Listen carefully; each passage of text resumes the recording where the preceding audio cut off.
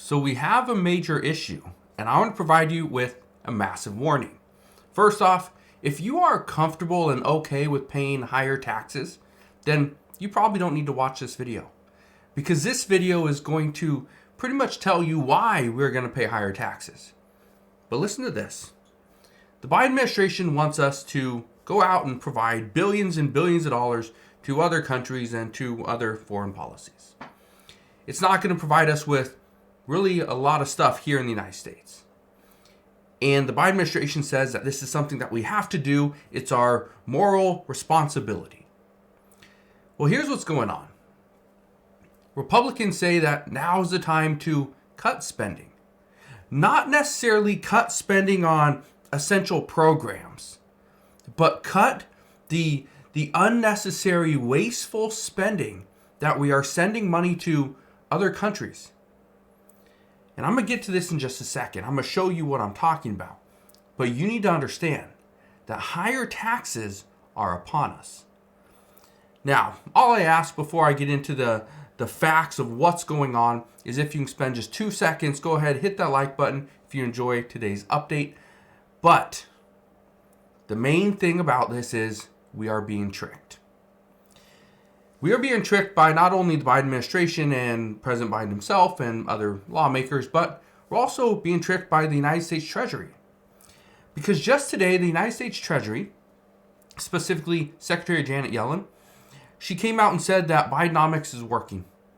She said that it's working because we are now in a better position than we were many years ago. It is somewhat true, but it's also a complete misrepresentation of what is truly happening. Because Secretary Janet Yellen stated that the U.S. deficit is $1 trillion lower than when former President Trump was in office. And even though that is technically correct, it's misleading. I'll explain why. The truth is that the deficit for fiscal year 2023, it was actually $1.7 trillion. And yes, that is lower than what it was under the final year under the Trump administration. But the truth is that $1.7 trillion is 23% higher than what it was last year. And one of the problems is that the Treasury had to use $879 billion in interest payments alone. So about half of that entire deficit was for interest payments. Now, experts anticipate that there's going to be trillion-dollar deficits for years to come. This is going to be the new normal. It will be trillion or multi-trillion-dollar deficits.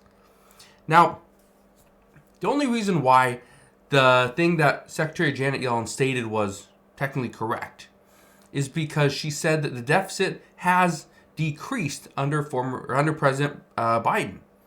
But it's only decreased because in the final year under the Trump administration, that was also the first year of COVID. And that took trillions of dollars the year before Biden took over in order to get us on a good path. Now, even though we've seen reports out just this morning about the GDP increasing 4.9% for the year, experts say that this is actually going to create more problems because not that we don't want the GDP to increase. Yes, it might mean inflation's still going to be a little bit hot, but there's another problem. According to experts, they say the new problem and what is creating many headwinds in front of us is that we now think our economy is doing better than it actually is. They say there's 3 main issues.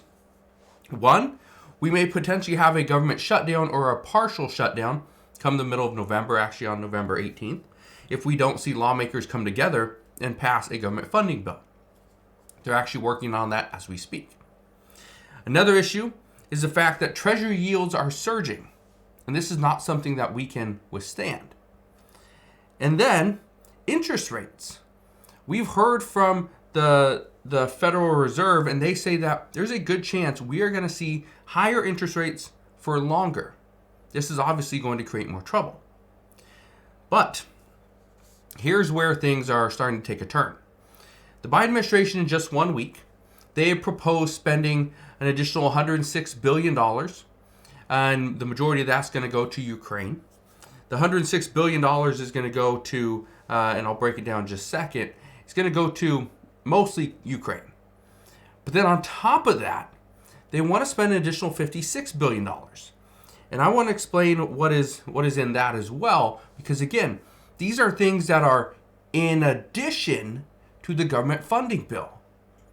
And this is why experts are now saying we should be prepared to pay higher taxes over the coming years, specifically after 2025. I'll explain more on that in just a second. Let's look at the first bill. This is a $56 billion domestic spending request. Look at this. This is actually this is what the White House wants. They want $23.5 billion going to disaster response. They want $16 billion for child care grants, and I believe these expire on January 1st. Or they have expired, one of the two. They want $6 billion for high-speed internet access, $6 billion for national security and energy independence, $1.6 billion for energy assistance, $1.55 billion to combat fentanyl and the crisis there, and $1.05 billion for international food assistance. That's the $56 billion spending request. Then in the $106 billion request, it's not clearly broken down anywhere, but this is what I've been able to find. There's $10 billion for humanitarian relief divided amongst Israel, Ukraine, and Gaza. There's $14 billion for the southern border. There's another $14 billion for Israel alone. And then there's $60 billion for Ukraine, plus a little bit extra. That's part of the $106 billion. So again, what we have heard and what happened over this summer when we were having this this crisis that we need to raise the debt ceiling. Because if we didn't raise the debt ceiling, the United States government would not be able to print more money. So what happened was Republicans, specifically then Speaker Kevin McCarthy and President Biden, got together and they hashed out a deal.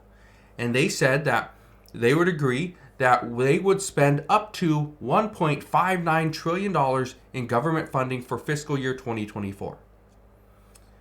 So that $1.59 trillion got combated, and Republicans came out and said, no, we're not comfortable spending $1.59 trillion. We said we'd go up to that number, but in this instance, we're coming down, we're going to come down and come in with an offer of $1.47 trillion.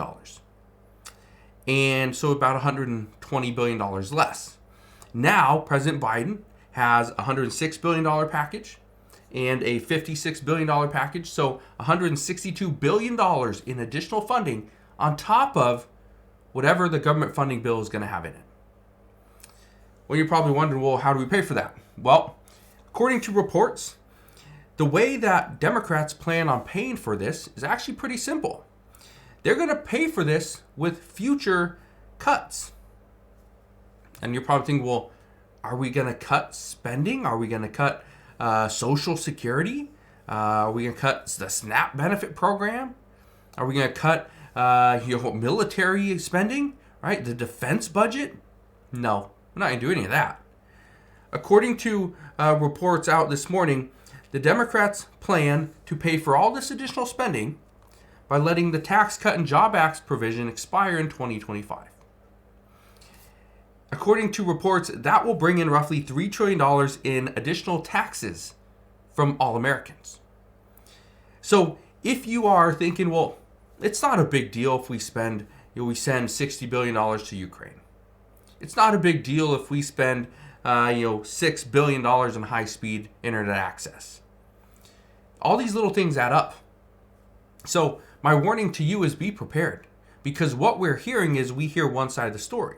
What I just told you is stuff from Republicans, from Democrats, from the White House, from Congress, from the Treasury, and from the Federal Reserve. If you get every side of the story, you should be able to piece together what they're doing. Here's the problem. Even though there's a chance we could see these the Tax Cut and Job Act provisions expire in 2025, Republicans are going to do everything they can to ensure that that gets extended. And Democrats say that no, we need to let that expire, and then we can come back with other plans. Here's the thing, and here's what experts anticipate.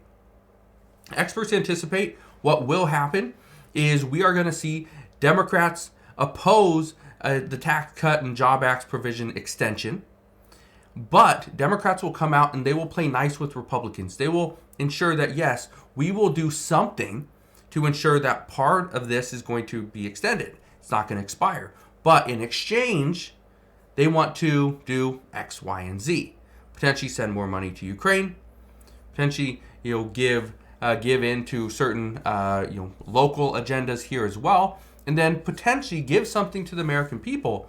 Because again, what we see, and we've seen this from both parties, is they try to trick us into voting for them. But again, as long as we stay informed, as long as we stay educated, we can make this decision on our own. So, that's what's happening at this time. Again, higher taxes for over 300 million people are coming in the next couple of years if we don't take a stand. So, let me know your thoughts. But that is what we know as of today. Again, thank you guys for watching. Consider subscribing, and I'll see you guys on the next one.